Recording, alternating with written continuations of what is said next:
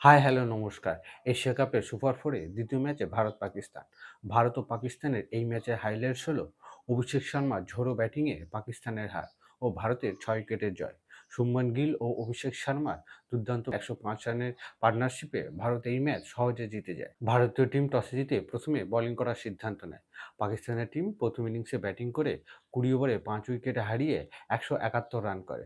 পাকিস্তানের এই ১৭১ রানের ইনিংসে সাইফজাদা ফারহান ৫৮, মোহাম্মদ নওয়াজ ২১ ও সাইম আইয়ুব ২১ রান করে। পাকিস্তানের বিপক্ষে ভারতের বোলিং ও ফিল্ডিং সাধারণ হয়েছে। ভারতের বোলিংয়ে শিবম দুবে ২টি ও কুলদীপ যাদব ১টি উইকেট নিয়েছে। দ্বিতীয় ইনিংসে ভারত ১৭২ রানের জবাবে ব্যাটিং করতে এলে অভিষেক শর্মা ও শুভমান গিল দুর্দান্ত ব্যাটিং করে।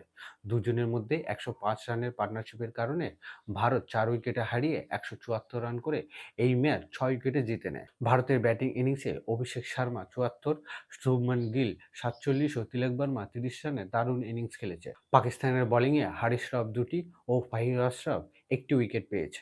ভারত-পাকিস্তানের এই ম্যাচে অভিষেক শর্মার দুর্দান্ত ব্যাটিংয়ের কারণে এই ম্যাচে প্লেয়ার অব দ্য ম্যাচ হয়েছে।